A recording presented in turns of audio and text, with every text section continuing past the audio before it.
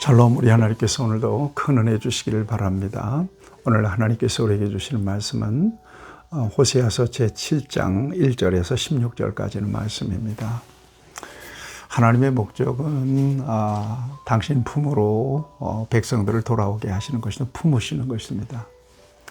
흠결이 있어도 고치시고 그들을 감싸시고 싸매셔서 함께 사는 것입니다. 이것이 하나님의 목적입니다.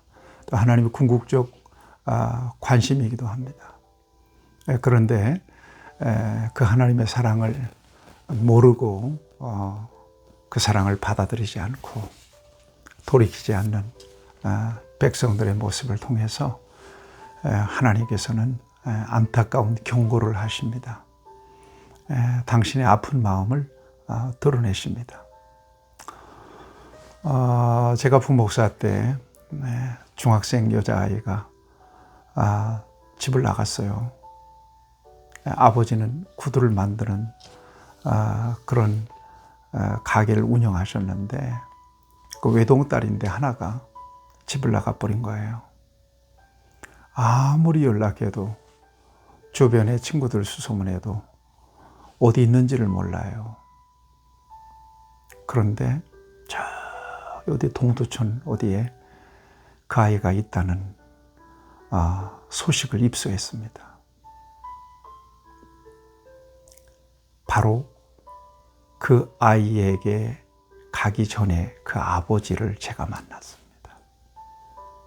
그 구두방에서 잠시 얘기를 나눌 수 있었는데 안타까운 마음이 이루 말할 수가 없습니다. 근데 그 아이에 대한 원망이 아니에요. 그 아이가 목적이에요. 그 아이를 찾고 싶은 거예요. 그 아이를 다시 데리고 오고 싶은 거예요. 단 한 가지예요. 그 아이가 무슨 일을 만났든 그 아이가 어떤 상황 속에 있든 그 모든 문제를 다 해결하고 그 아이만 데리고 오면 그것이 아버지의 마음이며 목적이었습니다. 하물며 하나님은 어떠실까요? 하나님의 목적은 한 가지예요.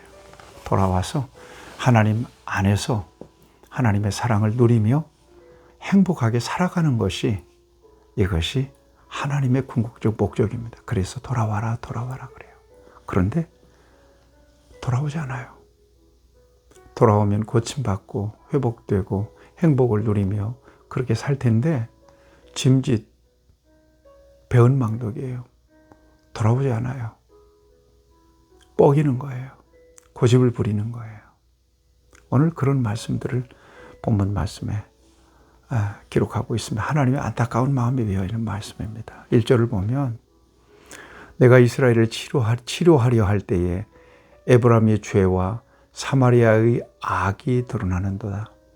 그들은 거짓을 행하며 안으로 들어가 도둑질하고 밖으로 떼지어 노략질하며. 하나님의 목적은 치료의 목적이 있습니다. 중환자인데 곧 시한부 판정을 받은 사람이 치료를 받으려고 하지 않고 자기의 그 생활 패턴대로 그냥 그렇게 산다고 고집을 부리는 거예요. 의사로서는 참 안타깝지요. 하나님도 마찬가지.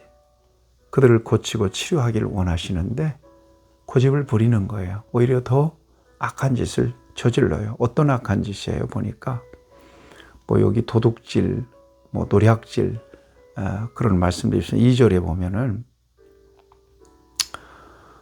내가 모든 악을 기억하였음을 그들이 마음에 생각하지 아니하거니와 이제 그들의 행위가 그들을 애워싸고 내 얼굴 앞에 있도다 그랬습니다. 하나님 많이 그들의 악한 행위를 보고 계시는 거예요. 얼굴 앞에서 그들이 악을 자행했기 때문에 그렇습니다. 그들이 그 악으로 왕을 그 거짓말로 지도자들을 기쁘게 하도다. 그들은 다 간음하는 자라 이렇게 얘기합니다. 간음하는 자라.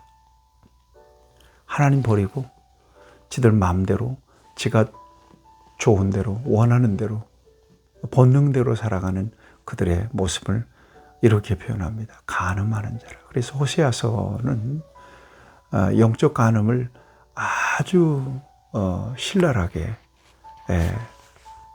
비판합니다. 정죄합니다. 이건 영적 간음이라는 거예요. 여러분 5절에 보면 오만한 자들과 더불어 악수하는도다. 그런 표현들. 그 다음에 간교하여 6절에 보니까 그들의 분노는 밤새도록 자고 아침에 피우는 불꽃 같도다. 그들이 다 화덕같이 뜨거워져서 그 재판장을 삼키며 그들의 왕들을 다 엎드러지게 하며 그들 중에 내게 부르짖는 자가 하나도 없도다. 어쩌면 이런 거예요. 하나님을 찾는 자가 하나도 없는 거예요. 그냥 이렇게 사는 거지. 인생이 이런 거지. 그러고 방임하고 그렇게 사는 겁니다. 뭐 한평생 이렇게 사나 저렇게 사나 뭐 같은 거지. 오늘 예수 밖에 있는 분들이 흔히 말하는 뭐 천국이 어디 있어, 지옥은 어디 있어.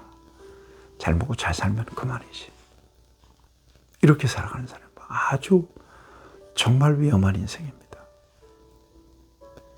특별히 8절에 보면 에브라임이 여러 민족 가운데 혼합되니 그는 곧 뒤집지 않은 전병이로다 그래요. 혼합됐다는 거예요. 여러분 밀가루 만족에서 부침 생각하면 됩니다. 혼합하잖아요. 밀가루, 뭐 계란도 풀고 다 혼합하죠. 믹싱하잖아요. 근데 하나님은 이 믹싱하는 것을 굉장히 싫어하세요. 뒤집지 않은 점, 적당하게 뒤집어야 이렇게 노릇노릇하게 잘 구워지잖아요. 뒤집지 않은 전병 생각해 보세요. 바짝 타지 않겠어요? 겉에는 익지 않고.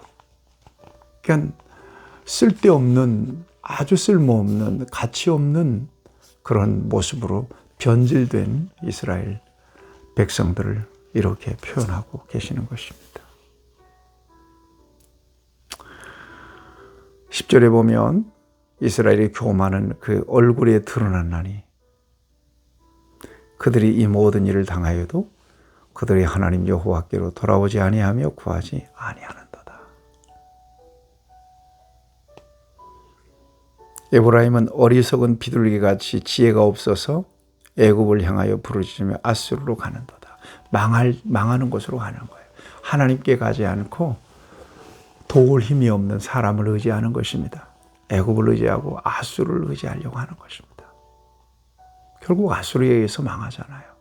자기가 의지하려고 하는 대상에 의해서 결국 망해버리고 마는 거거든요. 12절에 보면 그들을 징계하리라. 또 화 있을진저 그들이 내게 범죄하였다. 13절에 보면 성심으로 나를 부르지 아니하였다. 그들은 내게 대하여 악을 꾀했다. 그러니까 돌아오라고 하는 하나님의 그 말씀을 그들은 이렇게 거부하고 있는 것입니다. 하나님과의 관계를 회복하기를 원치 않았던 것입니다. 고치시려고 하는 영적인 대의사이신 하나님께 중병환자인데 이스라엘은 자기의 병을 깨닫지 못하고 돌아가지 않은 거예요. 여러분 16절입니다. 그들은 돌아오나 높으신 자에게로 돌아오지 아니하니 속이는 활과 같으며 그들의 지도자들은 그 혀의 거친 말로 말미암아 칼에 엎드러지리니 이것이 애굽 땅에서 조롱거리가 될 것이다. 그랬습니다. 결국 치료자 되신 하나님께 돌아가지 않은 것이 그들이 결국 망하는 일이 되어버리고 만 겁니다. 돌아오라. 하나님께 돌아가면 하나님이 고쳐주십니다. 하나님 방법대로 저와 여러분들을 다스려 주십니다. 하나님의 뜻은 하나님께서 우리에게 주시고 싶은 것은 최선입니다. 이걸 기억하시면서 언제나 우리의 삶의 자리를 돌아보고 하나님이 돌아오게 우리를 부르시는 그 부르심을 자각하시고 하나님께 돌아가는 겸손한 은혜 입은 하나님의 백성들이 되기를 축복합니다. 우리를 고치실 분은 하나님밖에 없음을 믿습니다. 하나님이 돌아오라고 하실 때 우리가 겸손함으로 만병에 대해 의사가 되시는 하나님께 우리 자신을 맡기고 온전하게 전인적으로 치유받는, 그래서 영적 건강을 회복하는 하나님의 사람 되게 하여 주옵소서. 예수님의 이름으로 기도합니다. 아멘. 여러분 승리하세요.